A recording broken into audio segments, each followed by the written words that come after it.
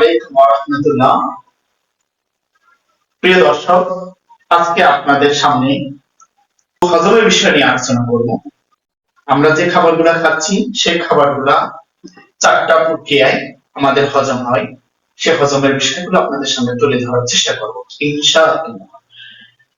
যা হচ্ছে, আমরা যে খাবারগুলা খাচ্ছি আমাদের স্টোমাকে যায়, স্টোমাকে যাওয়ার পরে একটা হজম হয়। হজম হয়ে আমাদের দুইটা উপাদান তৈরি হয়।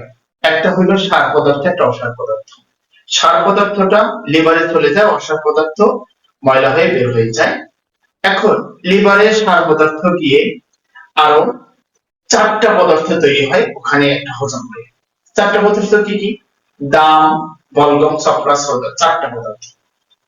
এই চারটা পদার্থ ওখানে ডাইলুশন হয়ে তৈরি হওয়ার পরে আমাদের বিভিন্ন শিরায়, উপশিরায়, অঙ্গ প্রত্যঙ্গে যে প্রস্রাব পর্যন্ত আরো দুইটা হজম হয়। যেমন আমরা পড়েছি হজমে মেদি, কাবেদি, উরুকি, উজবি।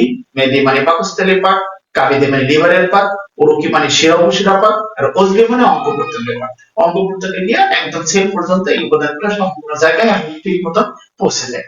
এখন কথা হচ্ছে, এই উপাদানগুলো আমাদের সবচেয়ে ভালো যত সার্ভিস দেবে, ভালোভাবে উৎপাদন হবে, আমরা তত সুস্থ থাকবো।